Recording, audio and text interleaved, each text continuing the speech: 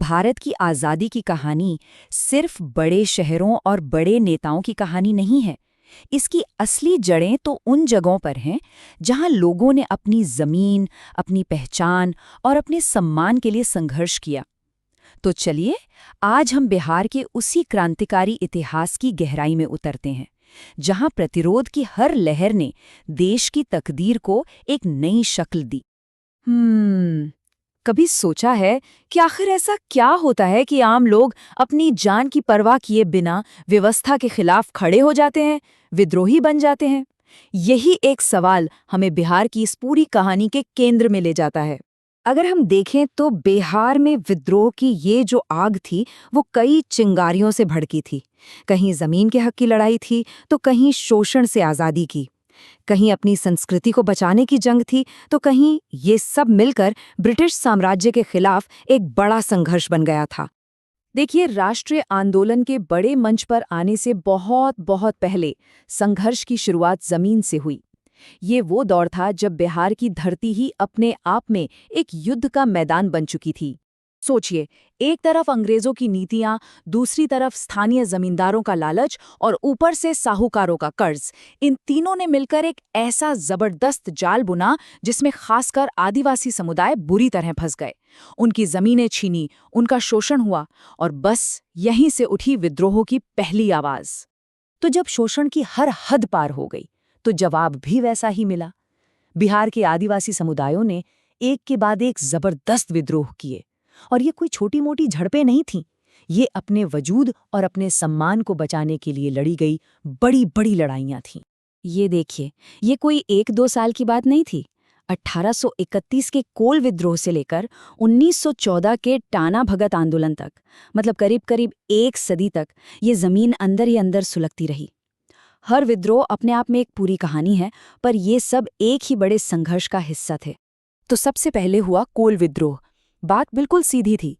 बाहरी जमींदार आकर आदिवासियों की सदियों पुरानी जमीन की व्यवस्था को तोड़ रहे थे। ये उसी के खिलाफ एक सीधी टक्कर थी। हाँ, अंग्रेजों ने इसे बेरहमी से कुचल दिया, लेकिन इस विद्रोह ने आने वाले आंदोलनों के लिए एक जमीन जरूर तैयार कर दी। इसके बाद जो हुआ, उसने तो सबको हिला के रख दिया। हम बात कर रहे हैं संथाल विद्रोह की। इसका पैमाना मतलब जरा अंदाजा लगाइए। सिद्धो और कान्हू मुर्मू के नेतृत्व में 50,000 संथालों ने जमींदारों और अंग्रेजों के खिलाफ हथियार उठा लिए। ये सिर्फ एक विद्रोह नहीं, बल्कि शोषण के खिलाफ एक बहुत बड़ा जन आंदोलन था।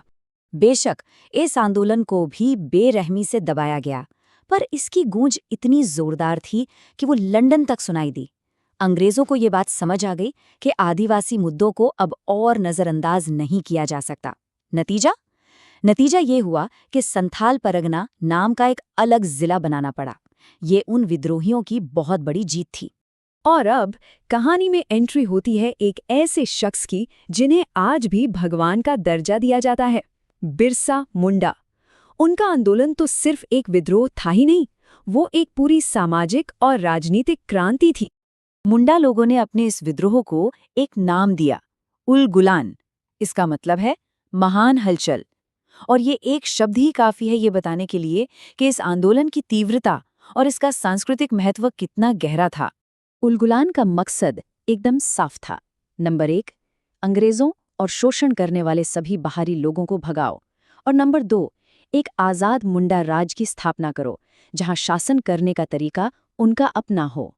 संथाल विद्रोह की तरह उलगुलान को भी दबा दिया गया और बिरसा मुंडा शहीद हो गए, लेकिन उनकी कुर्बानी बेकार नहीं गई। इसी आंदोलन का दबाव था कि अंग्रेजों को 1908 का छोटा नागपुर टेनेंसी एक्ट पास करना पड़ा।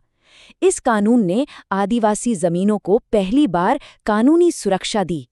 वैसे विद्रोह का मतलब हमेशा हिंसा नहीं होता। इसका सबसे अच्छा उदाहरण है टाना भगत आंदोलन।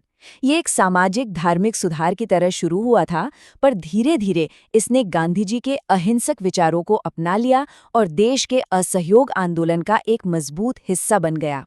तो अब तक हमने जो भी बात की वो स्थानीय विद्रोहों की थी। ये सब अलग अलग धाराएं थीं, पर अब वो समय आ रहा था जब ये सारी धाराएं मिलकर एक बड़ी राष्ट्रीय नदी बनने वाली थीं, जिसका नाम था भारत का स्वतंत्रता संग्राम। तो सवाल ये उठता है कि जमीन और पहचान के लिए लड़े जा रहे ये लोकल संघर्ष एक इतने बड़े राष्ट्रीय आंदोलन का हिस्सा कैसे बन गए। और दिलचस्प बात यह है कि इसका जवाब भी हमें बिहार में ही मिलता है।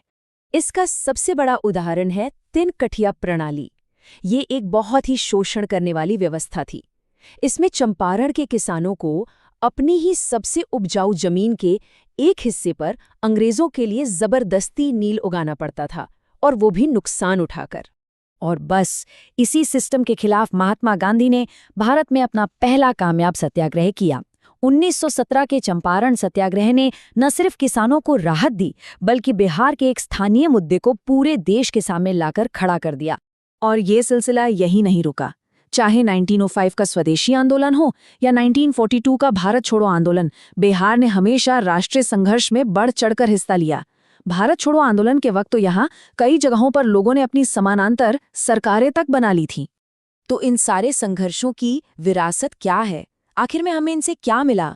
जब हम इन अलग अलग धागों को एक साथ जोड़ते हैं ना, तो एक बहुत ही ताकतवर तस्वीर सामने आती है। ये लाइन सब कुछ कह देती है।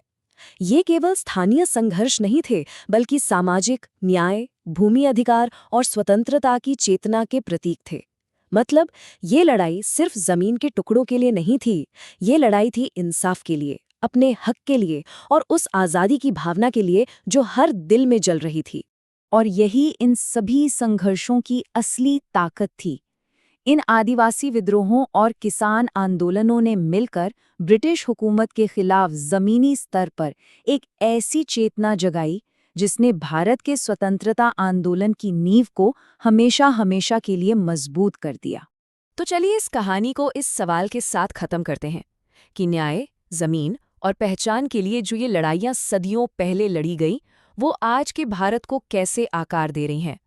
क्या हम आज भी इन लड़ाइयों से कुछ सीख सकते हैं? सोचने वाली बात है।